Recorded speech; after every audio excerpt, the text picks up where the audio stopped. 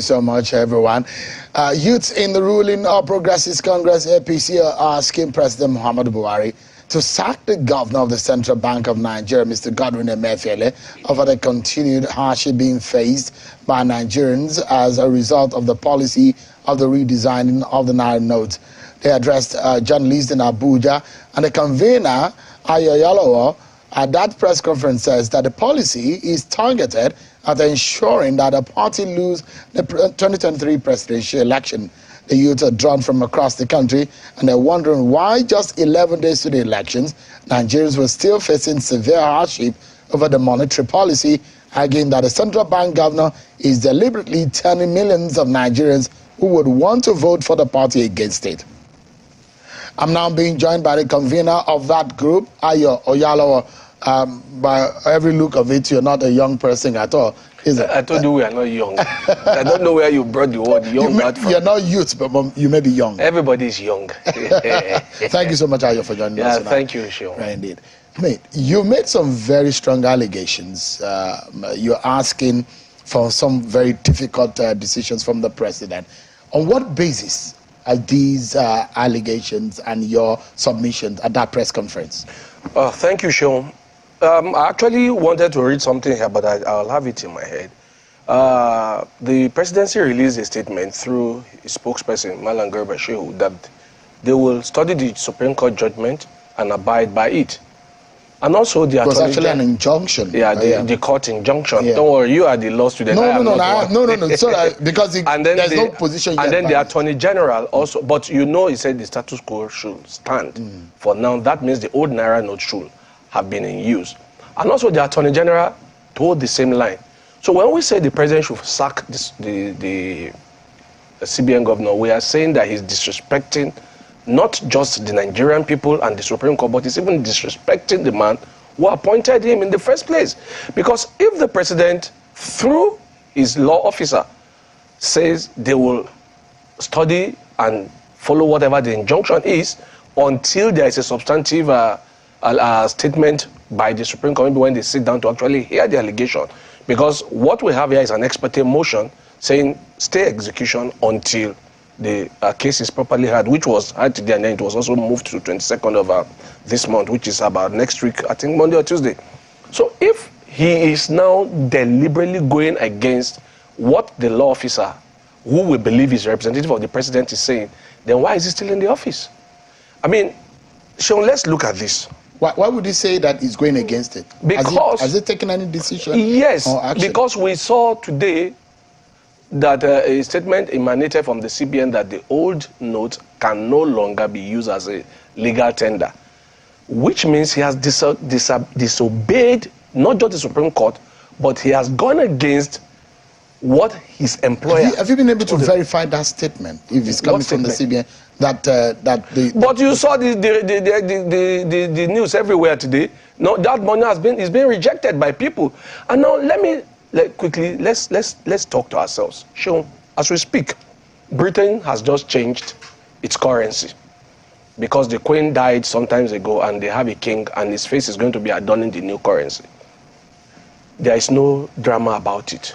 Nigeria has changed currency several times. We've never had a drama. The United States just changed the dollar about 2-3 years back. I'm sure you remember that too. There was no drama, because normally what you do is you let people spend the old money, and the moment it goes into the bank, it never comes out. Only the new one comes out. But those who still have the old one can do their businesses with it. But only in this country do we like unnecessary and unneeded drama. What do I mean? You release the new notes half of December, and by January, which means you are giving just 45 days after you have taken away about 3 trillion from the system, you are making about 300 billion or so available, which is less than 10% of what we are talking about. You are actually precipitating a crisis, and we are seeing it today. As we speak, I'm sure you saw Benin, the CBN in Benin made a run on. We saw the another bank, I don't want to mention the names of those commercial banks in Delta, that was burned to the ground. We saw in Ilorin, you saw in Ibadan. And my fear is, if this thing spread and escalate around the country, it becomes a crisis of an unprecedented and monumental proportion. So it beggars belief, and it beats every common sense when people sit here and say, oh, the old note is to buy currency, when even the CBN governor himself has said even the new one have been hijacked by politicians. We know that one gives new excuses every day, but he has just said that. So making it about politics is jejune, is very childish, because if you are talking about crisis that this money has created, the people that are being punished on the street today are not politicians. And if you say you want to stop people from buying votes, what you have just done now is, if we have to believe the CBN governor that some politicians have seized that money, then you have just made vote buying even more easier, because I'm not accepting it, but without considering, let's say people want to buy votes. The person that you will have paid 5,000 before, because of the situation you have put them now, they will take 500 naira just to eat, because we can see people's dignity being stripped of them. You saw grown men and women crying, not because they are begging for money, but because they cannot access their own money. How do we think this makes sense? Let's take this issue one after the other. And you heard the guest when he said he was curious about the fact that most of those who have opposed the policy of the CBN are mostly supporters of your party and some of the governors of your party. And the question then begs, and you said as much in your press conference, that this policy is meant to make your party lose the election. Your opponents have alleged that your party wants to use the old notes to influence the election. I mean, like I said earlier on, that is, I'm trying to hold my language very well. It's so childish to even think about that. Because if the worst come to the worst, how much do you buy a vote? Seriously, how much? If you can't get naira, you will get $1 and give people dollars. So making it about vote buying is beside the point. Oh, you are stated in your press conference. No. I will go there. You've asked me now. Let me. No, yeah, I'm making reference to. Yeah, I know. I will answer you. Go ahead, please. Now, it's not about buying votes. It's about creating anger. Go check online. People will say the party that brought this will vote them out. That's what we are talking about. It's about creating an enabling situation to make people be angry. And we believe that the moment, whether it was contrived, whether it was by mistake, whether it was by omission or commission, the CBN governor threw his heart in the ring to run for election. That was the day he should have been fired. Whether it was true or not, no country in this world will accept that kind of thing, because you do not expect him to be partisan. You remember the moment that happened, what did the INEC say? That they can no longer trust the CBN to keep their critical material. Isn't that where they used to keep it? Now you see the danger we have created. So whether the man is actually a member of the party or not, he has given us a situation where we have to keep defending what we don't need to defend. The day those messages, those pictures came out of him buying about 50,000 cars to want to run, all of them branded, that was the day he should have been questioned. Because you can claim, oh, it's not me, some people bought it on my behalf. Who are those people? Now, this is where the problem began from. So we see it as a man who is angry, and he wants to use his anger to create a situation to ensure that the APC not only lose the election, to create a groundswell of anger against the party. Because we have never seen a situation in the entire world, you can quote me anywhere, where new notes are introduced, and in 45 days, you say people should bring over 3 trillion. There is an update on the presidential Yeah, poll. I saw it as I was coming in. Yeah. Does that even increase your fear? Because you said that the plan is to make your party lose. Without poll, does it buttress the fact that your party is at the danger of losing the election? No, we're not at the danger of losing the election, because Nigerians are not foolish. They can see what is going on, that this is a groundswell. I mean, you talked about the governors. Clearly, the APC governor have said, look, this is not our party's policy. But a governor who has made sure that his state assembly has not sat, he has refused to swear in 14 out of the 24 assembly members, is one of those people standing against the policy. I mean, to support this evil policy. Meanwhile, as at today, his state was on fire. So you see, these guys think everything is politics. It's not about politics, it's about humanity. I mean, put yourself in the shoes of those old men. those old women we all saw pulling off their dresses, crying because they couldn't eat. How do we make this about politics? Where is our humanity? We are saying you can't strip people of their dignity because you want to do a policy. I will tell you a story. A governor in Nigeria, he's now a former governor, and I was in a meeting with him a few days back, and he said this, and that struck a chord with me. He said, as a governor, I did a policy. What was that policy? I increased the school fees of a particular university. I don't want to mention the name of the governor. But when he increased the school fees, he was at Umrah with some people, and the people were speaking in a language you understood, one of our local languages. And he had the father saying, well, I like the policy, but now I have to withdraw my child from school because I can't pay. He said, and he said this, I'm quoting him directly now, that so my policy will make this man not to put a child in school. So no. Then he said, I came back to Nigeria and I resigned the policy. Not because the policy was not good. He said, but when a policy, no matter how good it is, have unintended consequences that are damaging to people, a good policy maker sits down, review, and then re-strategize.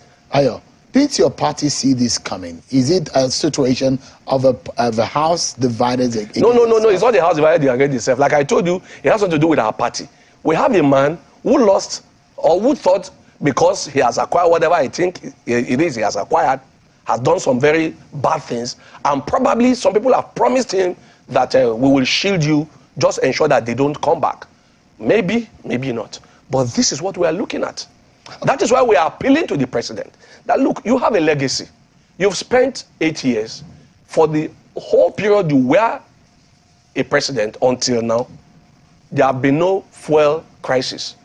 Suddenly, at the twilight of your administration and at the eve of an election, there were crises everywhere. Fuel crisis, Naira crisis, now decide to join on it. Now, the fuel crisis has eased. We thank God for that. At least in Abuja, I can say that. But this Naira crisis, the way the CBN governor is doubling down, you will find out that this is more than just policy. So I then ask you, the president is the leader of your party. Yeah. He said that he will campaign for your candidate.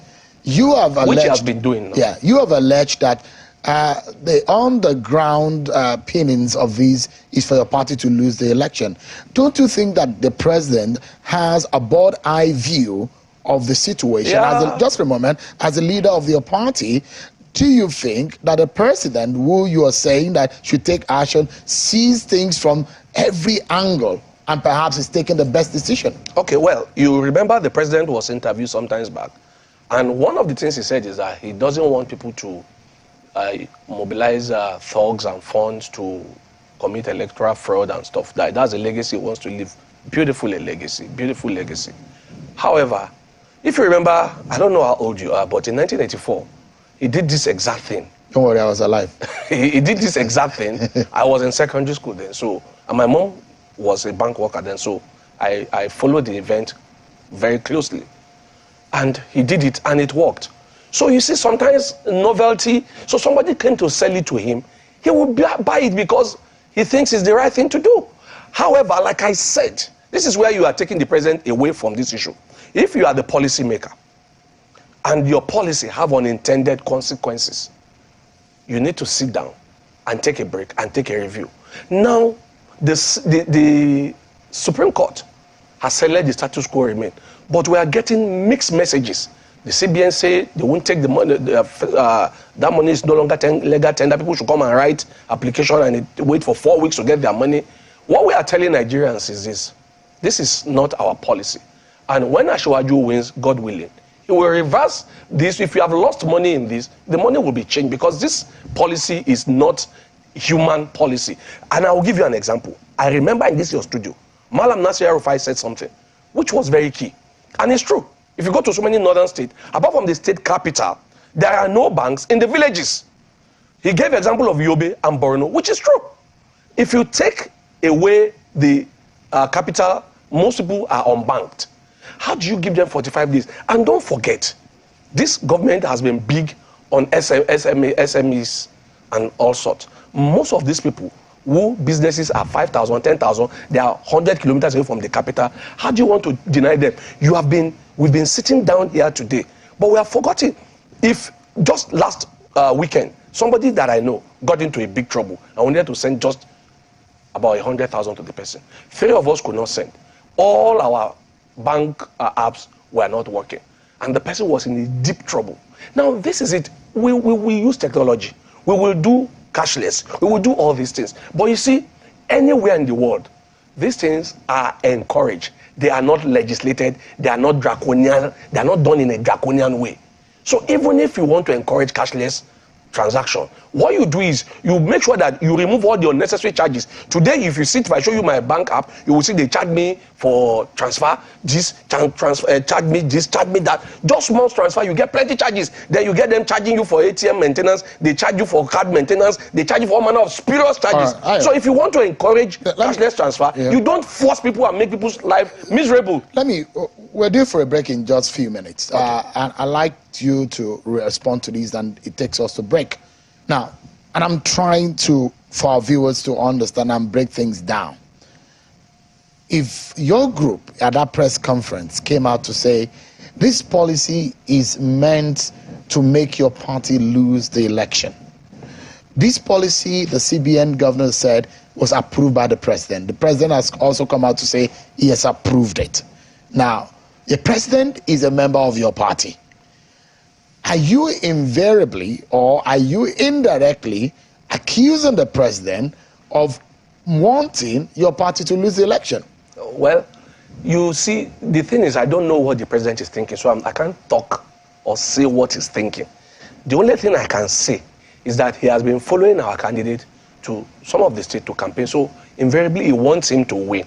However, this policy is not helping us because it is driving anger towards our party. Do you think that is why we are appealing to him? It was intentional? Do you think that is an intentional act? I don't think his intention is to make our party lose. It is the implementation that has now have unintended consequences, and that is why we say it should be reviewed. I don't know what the president is thinking. I can't speak for him. Whatever is in his heart, it is only him and God that knows. However, the action that has been taken is that he's been following our candidate to his fifth columnists in your party? No, not in our party. So what are these Maybe people that are talking to him that he listens to, because, for instance, the CBN governor, we don't know when he joined our party. And suddenly, he wanted to be a presidential candidate of our party. So yes, he may be one of the fifth columnists and he may have other people working with him. I don't know.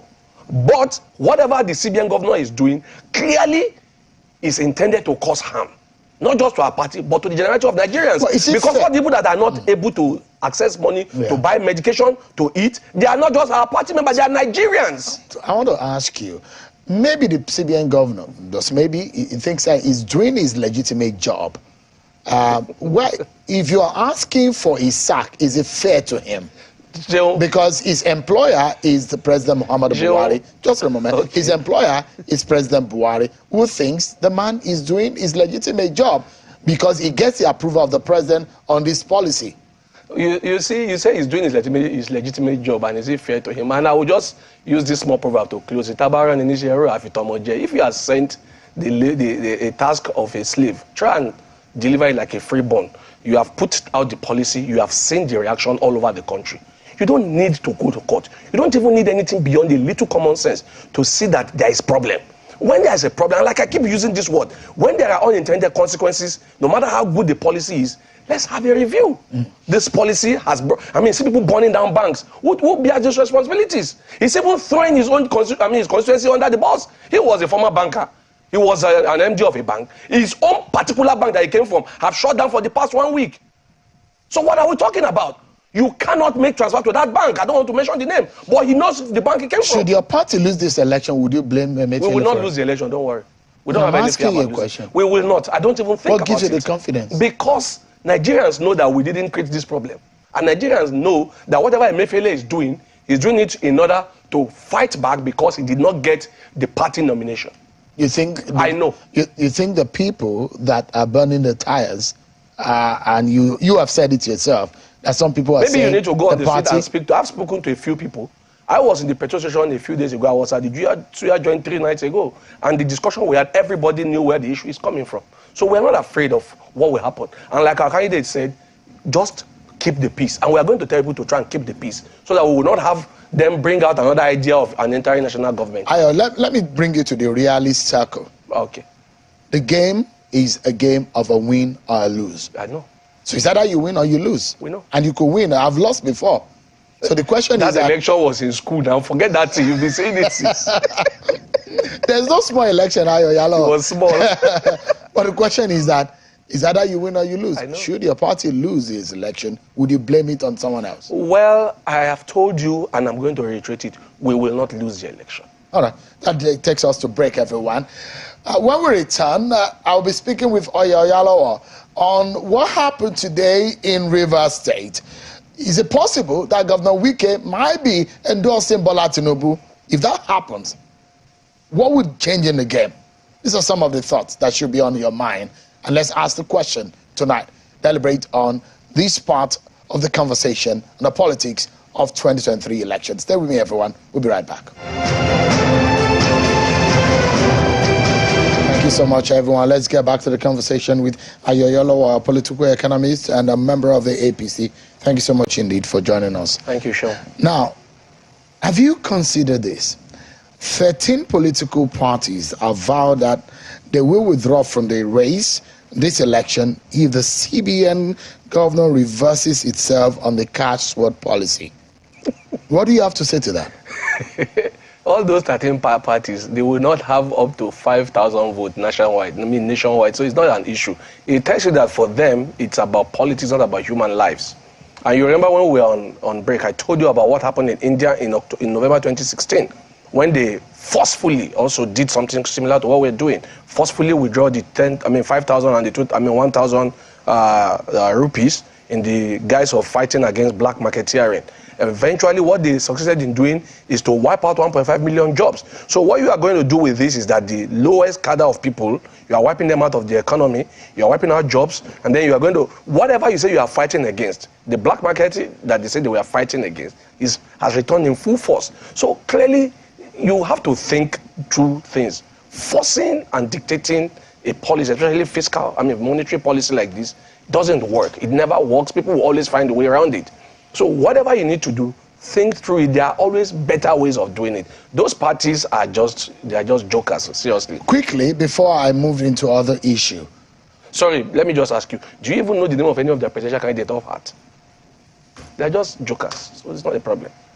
Is it fair to refer? If you are not a joker, you would not play with the lives of Nigerians that people must die just because of election. That if they withdraw the policy, you will. Who does that? Human lives are at stake here.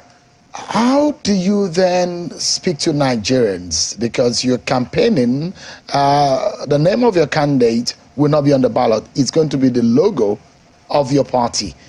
How then do you campaign to Nigerians or tell them about your political party whose policy all of these contradiction that is coming from your party is coming from? Sure, you are being unfair. I have told you 100 times that this is not the policy of the APC.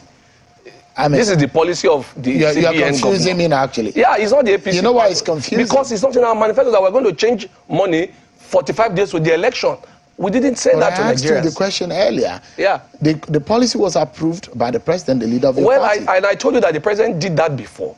So clearly, when they told him, they didn't tell him these unintended consequences. And now that we have seen it, and also we are getting a report that there will be a shift and there will be an extension of date till April 10. I hope that breaking news is true. We can't until we verify. Exactly. That's why I said I hope. That's why I put caution behind that. All right. So let's go into what happened today in Rivers State. I see that you're smiling. Yeah. Why the smile, though? Because our spokesperson, Festus Keyamo, once said jungle goes so mature. Now jungle is maturing. You think this is going to be in the favor of your party? Of course it is in our favor. All the parties in Rivers State, SDP, PDP, APC, the major parties, are all in support of Jagaban himself. So we know now, before we are thinking, okay, maybe we can even get at least 30% in Rivers. Now we are actually looking at outright win in Rivers State. So it's good for our candidate. So how realistic would that be? This is an assumption, though, because this is a visitation. There is no exact statement coming from that meeting. There doesn't need to be a statement. They are adults. All the aides of the serving governor of Rivers State were there. All of them wearing the Jagaban logo cap. But they're not kids. And this is a governor, no matter how I disagree with him in his way, he has performed excellently well. In fact, it is to his credit that people of, for instance, Delta State knew that their governors have been given humongous amount, which they all hid from them, from their people. It was only Governor Wike that came out and said, we got this, and that's why I've been doing all these projects. Other people just took the money and kept quiet. And then everybody keep blaming President Buhari. He's a wicked man. He's a bad man. Meanwhile, the governors are getting humongous money that the PDP never paid them for 16 years. And they kept quiet. Only Governor Wike, of all of them. So yes, Governor Wike has done well to be able to campaign for somebody, and you will be comfortable and confident that he can win you the votes with his performance. I mean, I know that you've been part of election preparation for your party and all of that. How easy will it be to, if the election of February 25th is the presidential and national assembly election, if you're campaigning for another political party presidential candidate, how easy do you think it will be to say, vote on this ballot for our party, but vote on that ballot for another political party? Most of the people there are educated. They are not stupid people. They will vote for what they know is right. And if Jagaban is their candidate, they will vote for us. That's the APC. Now, the other part, I'm not campaigning for the other people. However, they should be able to do their own homework without waiting for what the national body will do for them. So for the presidency, which is where I am mainly concerned about, we are hopeful of winning all those kind of states, especially Rivers State. Even the others, I don't want to mention these names, but you see, there's a governor who signs only MOU. The only thing that's commissioned in 8 years now, almost 8 years now, is street light. And he's busy fighting against supporting the policy that is killing his own people. After signing like 500 MOUs, he commissioned some street lights. No, but let's take it to the election. There is a poll, a review poll of ANAP, the latest one for February, which still puts Peter Obi of the Labour Party ahead. Bola Tinubu comes second, Atiku Abubakar comes third, and Konkunso of the NNPC comes fourth in that poll released for February 2023. And in that ranking, is saying that suppose the presidential election is being conducted today, who are you likely to vote for? 21% in favor of Peter Obi, 13% in favor of Bola Tinubu, Atiku Abubakar 10%, Konkunso of the NNPP 3%. Please, what is the sample size and what was the method? You have to ask the ANAP, the people. You see, some of these polls, they just sit down in their rooms and make they make caricature of poll. I'm a PhD student. I concluded my MSc. I know how polls are conducted. When you take, I took for a poll that was supposed to be 4,000, I took a sample size of about 30. My supervisors rejected it. I had to go back and take a poll of 150. Then I used the Tarayama polling technique. You see, these people, we're all educated people. I can sit down and make a few phone calls within a certain vicinity. I will get what I want to get within that vicinity. You have to diversify your polls. These guys have not gone to Gombe. They have not gone to Borno. They have not gone to Yobe. They were not in Jigawa. They just sit down in Lagos or wherever they sat and then just make up these numbers. And it's not even funny any longer. It's an insult and an indictment on the academia. If you want to do a poll of a country of 200 million with 96 million voters with 777 local government, come on. There are sample sizes that you cannot use because it's not going to give you something very close to the truth. I think this same organization polled in 2015 and 2019, which was in favor of your candidate. See, I have told you, we are not working with all these funny polls. No, the question I'm asking is different. Well, I can't remember, and I don't want to talk about it. No, I'm telling you. Okay. I can remember. Okay. But I'm saying that this same organization polled and said President Buhari was going to win in 2015 and 2019, and President Buhari did. But did you see us celebrate their polls? No. Because we know that these are not credible polls.